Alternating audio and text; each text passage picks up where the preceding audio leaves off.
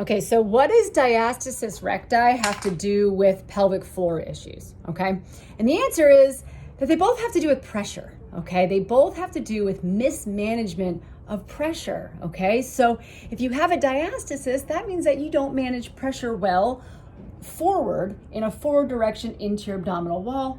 Plus, you may have sort of a weakness in the tissue lining in your abdominal wall, either from pregnancy, being overstretched, or several other reasons, okay?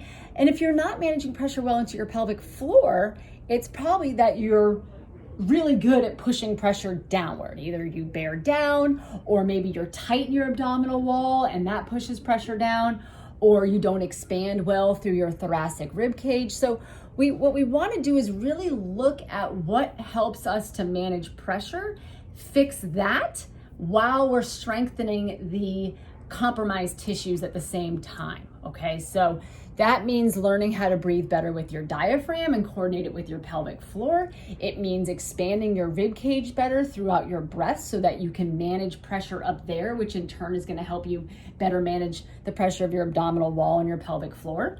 Okay, and it also means understanding how these two things are linked. Okay, so a lot of people will do courses to sort of close their diastasis, and they're learning how to really pull that pressure back and not allow it to escape forward. But what ends up happening is that because they don't know how to manage the pressure up top, they end up pushing the pressure down, and some of them end up with pelvic floor problems because of that. Okay, so we really need to understand the why behind these exercises that we're doing versus just doing the exercises themselves. Okay, on the other side of things, people can have a diastasis because their pelvic floor might be too tight and there's no pressure that can be pushed or brought down into that area when we breathe. So the pressure ends up going forward into the abdominal wall and can result in a diastasis if the tissues are already sort of compromised. Okay, so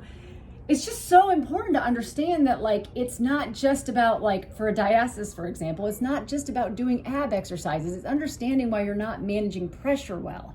And that can change from person to person, okay? And you have to really understand that that's a very individualized response, and it takes some detective work to figure it out. So what I'm going to do on Tuesday is I'm offering a case study for anybody who's interested in learning more about this, so you can really see somebody with diastasis and sort of walk through what you would do with them and maybe change your bias on sort of your understanding of how you work the core, if you will. Okay, so join me. I think it's going to be fun.